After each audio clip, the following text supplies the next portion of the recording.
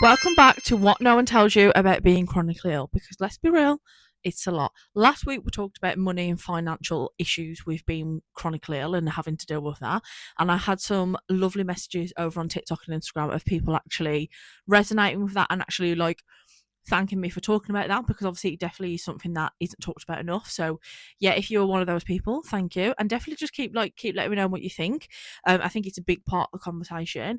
This week I'd like to talk about body changes and like intimacy and all that kind of stuff. So I've touched on this on TikTok and Instagram this week, and there's been some really important conversations had in the comment sections and stuff like that. So head to my Instagram and TikTok and you can have a look at some of those videos. But basically, I think this is a huge part of being chronically ill, especially when you've got a condition like endometriosis or adenomyosis, where maybe you've had surgeries and your body has changed, whether that's through inflammation, surgeries, healing, bloating, etc. I absolutely feel like I struggle with my body image for the majority of my life. But I really do think it got worse after my laparoscopy. I felt like after my laparoscopy, I never really liked the way my body looked. Like I felt like my belly button looked weird. Like people battling with like multiple scars and stuff. And I really do think this is actually something that probably a lot of people struggle to talk about as well. And it's definitely something I've struggled to kind of like get my head around as well. And like for instance, like I always used to wear jeans, right? This might sound silly, but to someone that's like got endometriosis, you might resonate with this. I used to wear jeans all the time, and literally since my laparoscopy, I rarely wear jeans anymore. Like I finally found some like stretchy jeans that actually fit nicely, but now I just wear like loose trousers or leggings or like baggy clothes, because that's just generally what is nice when you're flaring and you're uncomfortable. Like I generally find that's what I go to now, but I never did that before my surgery. And I think it's because my body changed and the way I viewed my body changed as well. And like my weight fluctuates as well. Like I've been on a weight loss journey for a while. I've got PCOS as well. So it's kind of like I feel like my body weight fluctuates as well. And I think that can be quite challenging because it's also knowing how to style your body after a surgery or when you've battling a chronic condition. And yeah, it's something I've definitely battled with. And I know I've spoke to a few people in the community that have felt the same. So I think it's definitely worth that conversation being had and brought up, because I do think a lot of people do struggle with it in this space. And obviously, like adding on to that is obviously how you then navigate that with like relationships and stuff. And I think intimacy is a big part of it. Like especially when you have endometriosis, like for instance, you can have painful sex and like it can be like interrupted and you can bleed and all that kind of stuff. Like that's actually really common. And I think people need to redefine what intimacy is. I actually posted about it on TikTok and I did full slides of how it can help and tips and all that kind of stuff. So have a look over there.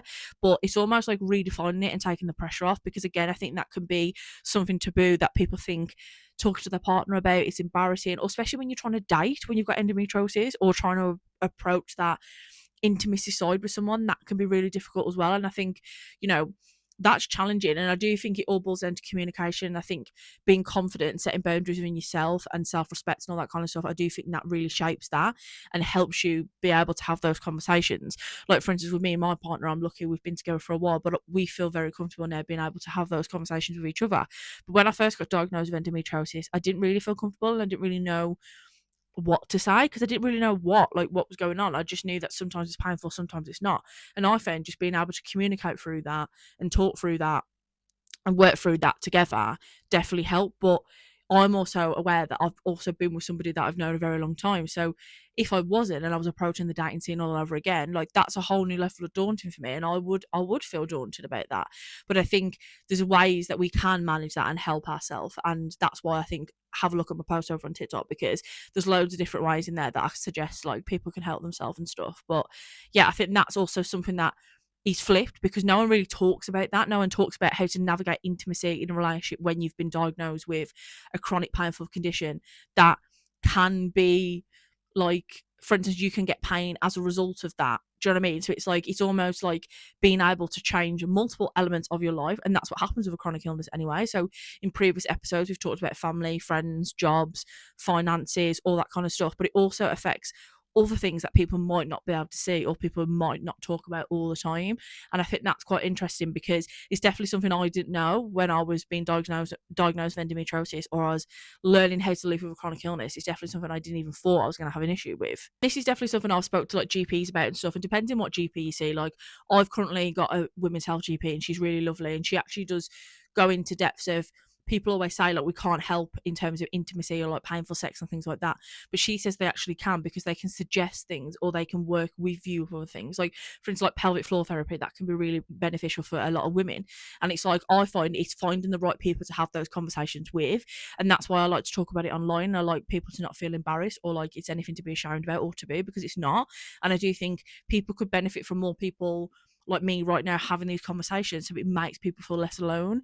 But yeah, let me know whether you feel the same, or whether you've kind of come across or you've experienced that body image issues, or you struggled with intimacy in your relationship, whether you've got endometriosis, adenomyosis, PCOS, whatever condition you've got. Or let me know whether there's other conditions that kind of affect that as well, because I'd love to talk about that together. But thank you for watching this week's episode, and stay tuned for the next one.